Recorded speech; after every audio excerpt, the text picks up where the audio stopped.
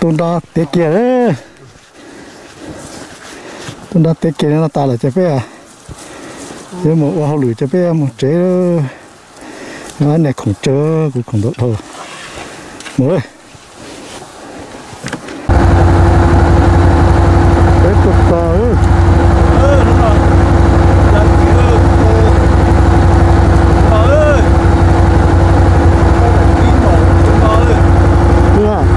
Đúng rồi.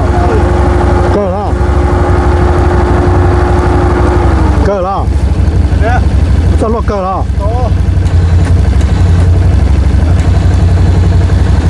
Tao tao mua rồi. Một khối nó chứ đó sẽ phải lại à.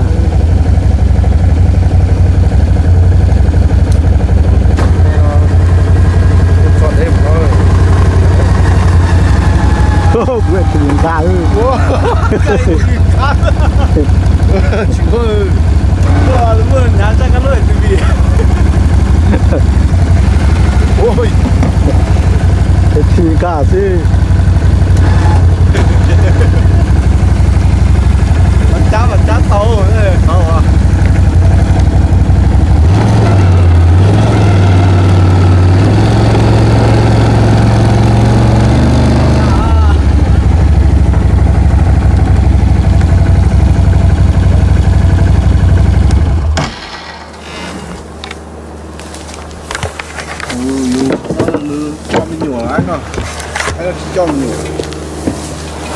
Dạ.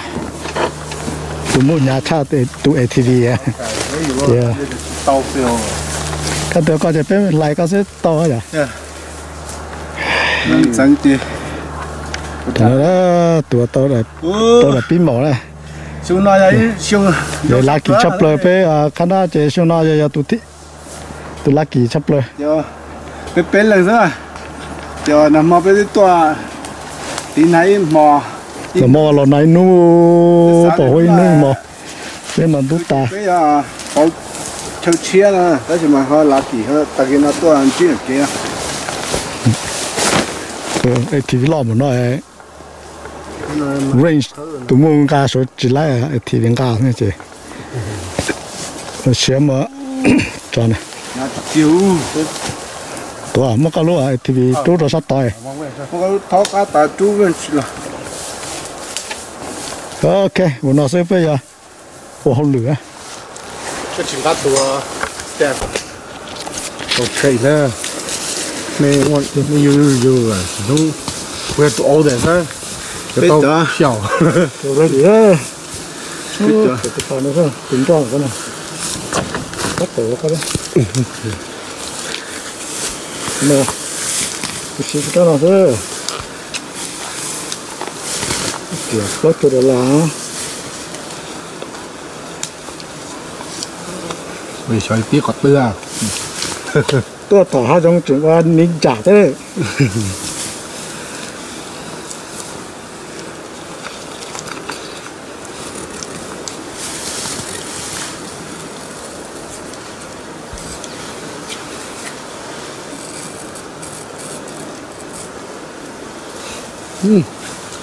Dùng một tổ mó chấp rồi nè. Mosquito. Tôi bỏ lại chuyện này, bỏ lên sạp bấu rồi. Vậy thế mà. Con này chủ yếu mua giò. You have to strong. Ui yêu. Tao lử. You just strong thế, chỉ lại cái too strong à. Có bỏ pro ấy. Strong thế. Ồ thế vợ. Bây giờ nó chỉ phá mẫu đây, nó xem sao nào.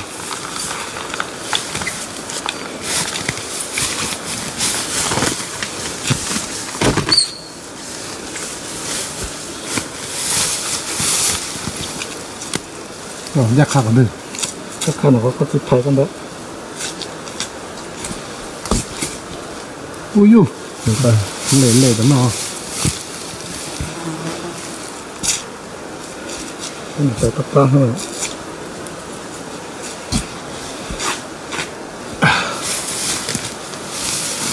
Cái này mất khi nó chỉ ra thì khi không có đường nào rồi. Khó thôi. Thì sẽ từ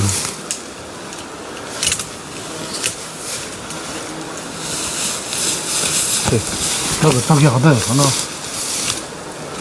con được lát con đó wow giờ tỏ tụng bóc cú máu rồi này giống à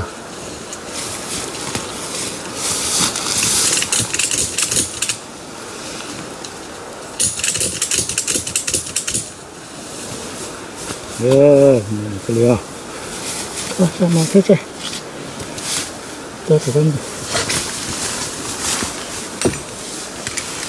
nó mà phải tới holy perfect nữa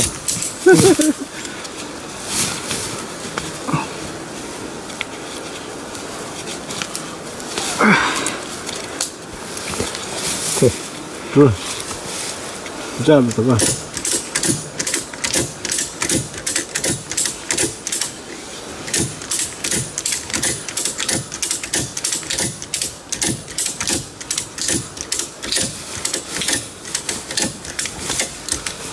đó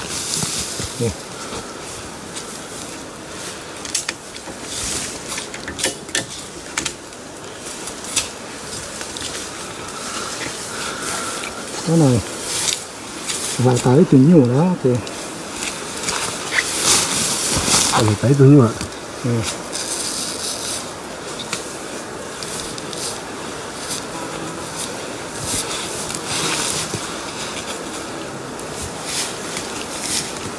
cái chuyện tiếng từ dưới cái rất là lấy sọt tới muốn cá bớt to lo mà thật chế mà bớt chân lê chấp rồi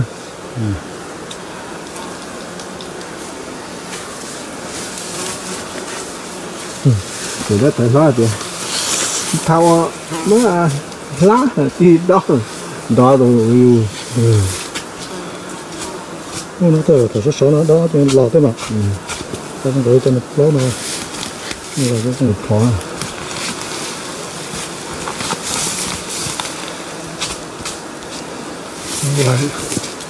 sao giờ này to easy luôn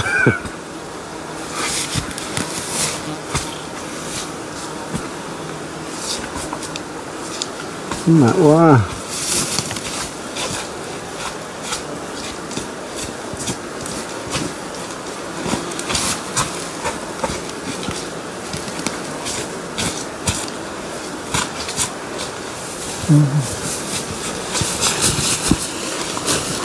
oh, metalita